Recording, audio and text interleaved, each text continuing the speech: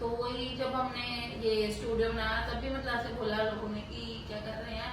और एक और वो होती है ना कि लड़कियों की कि लड़के के साथ काम कर रही है, मतलब गलत सोच आ जाती है सारे लोगों को। हाँ, लड़की के साथ काम कर रही है, क्या करेंगी मतलब लड़के के साथ।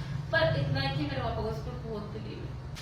आज आपको ऐसे दो दोस्तों की कहानी सुनाने जा रहा हूं जिन दोस्तों ने महज 17 साल की उम्र में शुरुआत की एक बिजनेस की और आज एक छोटा सा बिजनेस जो है वो जम्मू कश्मीर के अंदर चला रहे हैं। जी हाँ, मैं बात कर रहा हूं गौरव और मान्या की। दोनों ने मिलकर जो है वो टैटू आर्टिस्ट हैं और साथ ही साथ स्केच और जो स्क्रैप मटेरियल प्लास्टिक या गिलास वेस्ट हो उसको रिसाइकिल करके ऐसे प्रोडक्ट्स बनाकर मार्केट में बेच रहे हैं जिन्होंने जो है वो मार्केट में धूम मचा दिया है। जम्मू कश्मीर में आप सभी जानते हैं जम्मू कश्मीर में कलाकारों की कमी नहीं है, लेकिन वहीं पर जम्मू कश्मीर में ये उभरते दो छोटी उम्र के कलाकार मान्या और गौरव इस वक्त मेरे साथ हैं। जरूर इनसे बातचीत करेंगे आखिरकार कहाँ से ये आइडिया आया इस बिजनेस का और शुरुआत कहाँ से। गौरव बहुत बहुत शुक्रिया पहले इतना कीमती समय देने के लिए। कहाँ से शुरुआत की पहले इस बिजनेस की? शुरुआत मेरी यहाँ से हुई कि मैं और मान्या फ्रेंड थे, तो इसने मुझे एक दिन ऐसे बोला कि गौरव मुझे ना टैटू सीखने का बड़ा शौक है, मतलब मुझे टैटू आर्टिस्ट बनना है। बट प्रॉब्लम है कि मेरे घर वाले इस चीज को अलाउ नहीं करते कि हाँ भाई तू ये चीज नहीं करेगी क्योंकि तू लड़की है, घर अपना रिलेटिव क्या बोलेंगे, अपना बाहर के जो लोग क्या बोलेंगे कि ये लड़की एक टैटू बना रही है। तो मैंने बोला कि यार चल ठीक है, मैं सोचता हूँ। फिर मैंने ऐसे सोचा एक दिन रात को कि क्यों ना मैं ही सीखूं। मैं कैसा दोस्त हूँ जो इसको मैं एक प्रॉब्लम फंसी हुई है तो मैं इसको निकाल नहीं सकता। तो मैंने सोचा कि क्यों ना मैं ही सीखूं और मैं ही इसको सिखाऊं कि अगर इसके घर वाले लोन नहीं कर रहे हैं, इसके पास ऐसे फाइनेंशियल प्रॉब्लम होगी है, कोई भी प्रॉब्लम हो सकती है, तो क्यों ना मैं ही अपने घर वालों से बात करूं। फिर मैंने अपने घर वालों से बात किया कि ऐसी ऐसी बात है कि मुझे टैटू का काम सीखना है, मुझे टैटू आर्टिस्ट बनना है।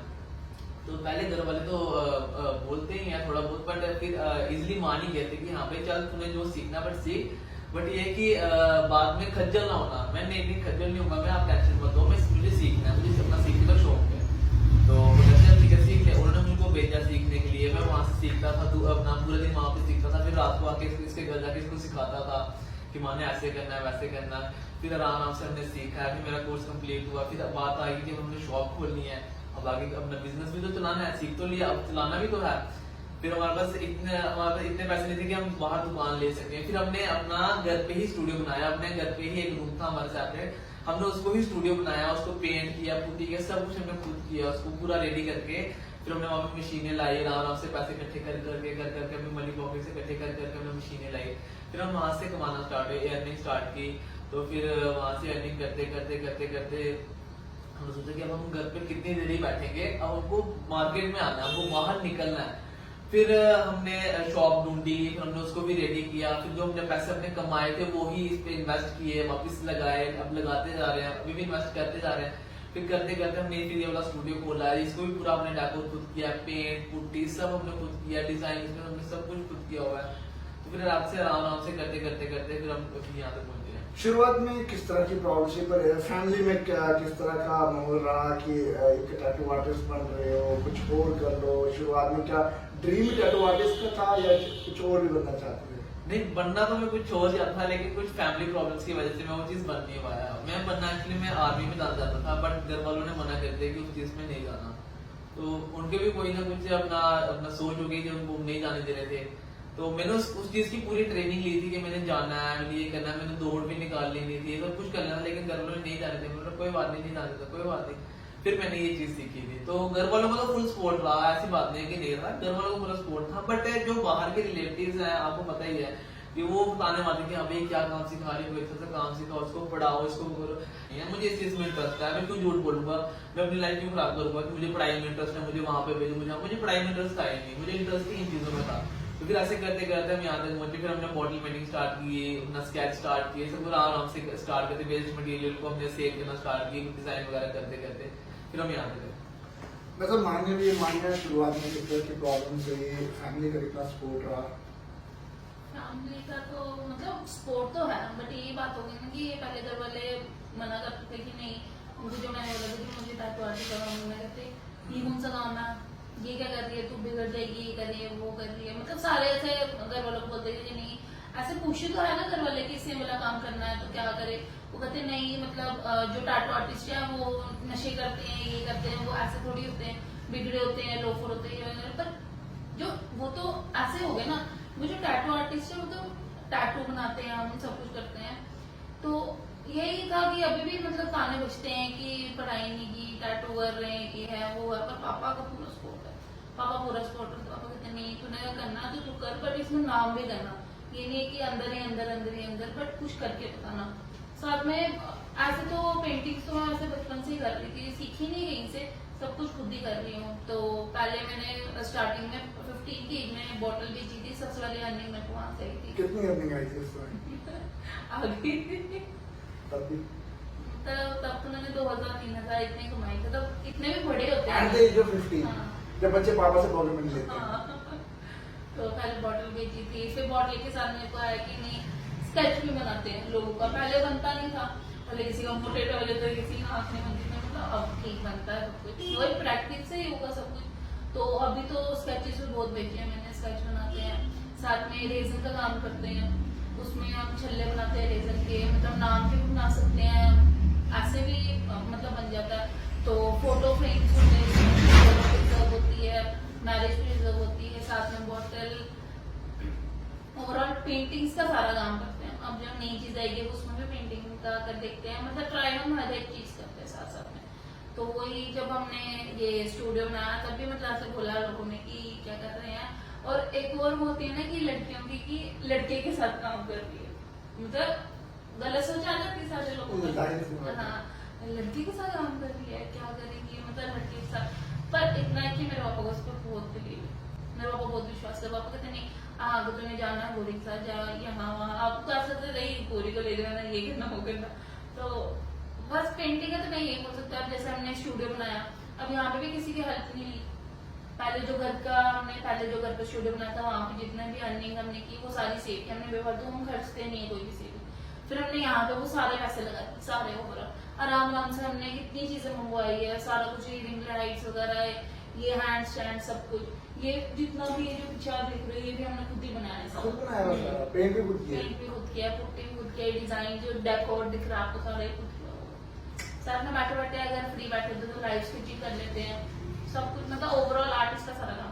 अब हमारा सवाल रहेगा, एक और एक ऐसा भी तबका है जो समाज में जैसा से देखा जाए तो प्लास्टिक वेस्ट काफी ज्यादा बढ़ रहा है, जिससे पोल्यूशन क्रिएट हो रहा है। कहाँ से आइडिया आया कि इस स्क्रैप मटेरियल को यूज करें और एक इस तरह के प्रोडक्ट्स आप बना के मार्केट में सेल कर रहे हैं जिससे कहीं ना कहीं पोल्यूशन भी कम हो और वातावरण भी अच्छा रहे? ऐसा तो मतलब आइडिया नहीं आया। अब आर्टिस्ट है, आर्टिस्ट अब छोटी छोटी चीज भी ले लो ना, जैसे कोई मोती नहीं गिरा उसको भी किसी में इन्वेस्ट कर लेगा, कुछ बना के उसमें डाल देगा। अब हम आर्टिस्ट है, अब कोई भी जैसे कोई बोलिए तो डिस्पोजल के ग्लास होते हैं, अब वो उसको जाके वॉल डेकोर बना लेते हैं, उसका वॉल डेकोरेशन के लिए यूज हो जाता है। ये बॉटल्स वगैरह तो लोग ऐसे फेंक देते हैं, टूट जाती है, फिर वो जानवर के खा लेते हैं, किसी को कुछ हो जाता है। फिर हम सोचे कि यार इसका बना के ये बॉटल बेचते हैं, ये इतना अच्छा लगता है, मतलब जहाँ पे गेस्ट के रूम होते हैं गेस्ट के रूम में लगा दो इसको, मतलब बहुत सही लगता है। वो कुल्हड़ के कप होते हैं, लोग चाय पीते हैं बाहर, वो फेंक देते हैं, उन्होंने रीयूज थोड़ी करना, उन्होंने फेंक देना था, हम उसको भी डेकोर करके रखते हैं। यानी कि मेरे साथ गोरी से और भी सवाल रहेंगे। क्या शुरुआत में तो काफी डिफिकल्टी थी, आप सबने सुनाया, लेकिन अर्निंग का फेज कहाँ पे एक आर्टिस्ट को देखने को मिलता है जब वो शुरुआत करता है? कितना टाइम लगता है एक इन्वेस्ट करने को और उसके बाद कितना टाइम वेट करना पड़ता है कि एक इन्वेस्ट का रिजल्ट दिखे?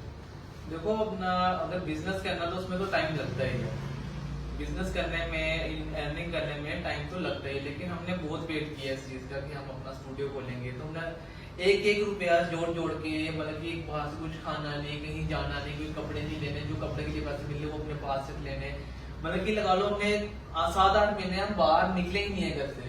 तो हमने ऐसे बहुत मतलब कि हार्ड वर्क कर करके हमने अपना ये स्टूडियो खोला। तो घर वालों से पैसे तो आगे ही ले लिए थे अपने कोर्स वगैरह सीखने, तो हमें शर्म आती कि अब कितने ही पैसे लूं घर वालों से, क्यों ना खुद ही कुछ करा जाए। तो फिर आराम से एक रुपया जोड़ के हमने ये स्टूडियो बनाया। फिर घर वालों को हुआ कि नहीं कुछ ना कुछ तो कर रहे हैं, ऐसी बात नहीं, मेहनत तो रंग ला रही है, मेहनत को रंग ला रही, कुछ ना कुछ तो कर रहे हैं।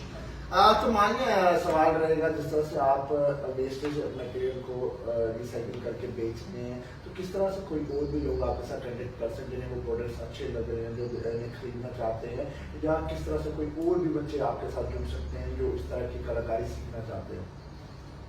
मतलब अगर आपको कांटेक्ट करना है तो हमारे इंस्टाग्राम में पेज है टैटू कैसल और एक टैटू का मान्य, वो मेरा टैटू कैसल हमारा बिजनेस टाइप ही, हम दोनों आइडिया दोनों यूज करते हैं। और एक बच्चों की बात की, हमने अब आर्ट क्लासेस करनी है स्टार्ट। अभी हम सोच रहे हैं कि पैम्पलेट वगैरह बनाते हैं, तो आर्ट क्लासेस तो किसी को भी सीखना है, प्रोडक्ट हमारा होगा सारा, कलर्स ब्रश वगैरह सारे हमारे होंगे, मतलब सिर्फ उन्होंने यहाँ पे आके सीखना है और काम करना। अब छोटे बच्चे हैं, उनको थोड़ी आता है बनाना है, उनके लिए हम मतलब अलग अलग चीजें हम बना देंगे, वो कलर कर देंगे उसमें, पर हम आराम से सब कुछ सिखाएंगे उनको, स्केच सिखाएंगे, प्रिंटिंग करना सिखाएंगे, कलरिंग करना सिखाएंगे, और अब बॉटल का भी सिखाएंगे आस्ता आस्ता। मतलब पहले स्टार्टिंग में तो लाइन ही बनाना सिखाएंगे उनको, पहले लाइन्स बनाना सिखाएंगे, देन पेंटिंग, फिर कलर्स वगैरह सब कुछ आके हम सब कुछ सिखाएंगे। अगर कांटेक्ट करना तो कांटेक्ट नंबर हम बता देते हैं 6005025675, ये मेरा है, और इसका 8899585069।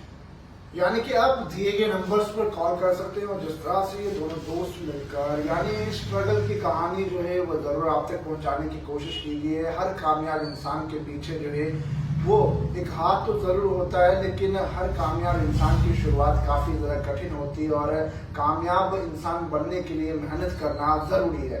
ये दो चेहरे हैं जिन चेहरों ने दिन रात मेहनत की और आज एक अपना स्टूडियो बनाकर जो है वो टैटू जो है वो लोगों में बना रहे हैं, उसके साथ कई और भी आर्ट जो है वो लोगों तक पहुंचाने की कोशिश कर रहे हैं। प्रोडक्ट्स अच्छे जो है वो ये मार्केट में ला रहे हैं, अपने रिसाइकल प्रोडक्ट्स को जो है वो वापस से बनाकर मार्केट में बेच रहे हैं। आप इन प्रोडक्ट्स को खरीद कर जो है वो जरूर वातावरण को पोल्यूशन फ्री कर सकते हैं, और एक बार जरूर इनके स्टूडियो में भी जो है वो विजिट कर सकते हैं। तो पैगाम टीवी खबरों को यूं ही फॉलो लाइक शेयर करना ना भूलेगा। मान्य और गौरव की सक्सेसफुल स्टोरी को लेकर भी जो है वो एक कमेंट जरूर कीजिएगा। पैगाम टीवी खबरों को यूं ही फॉलो लाइक शेयर करना ना भूलेगा। वीडियो जर्नलिस्ट राजवीर के साथ जब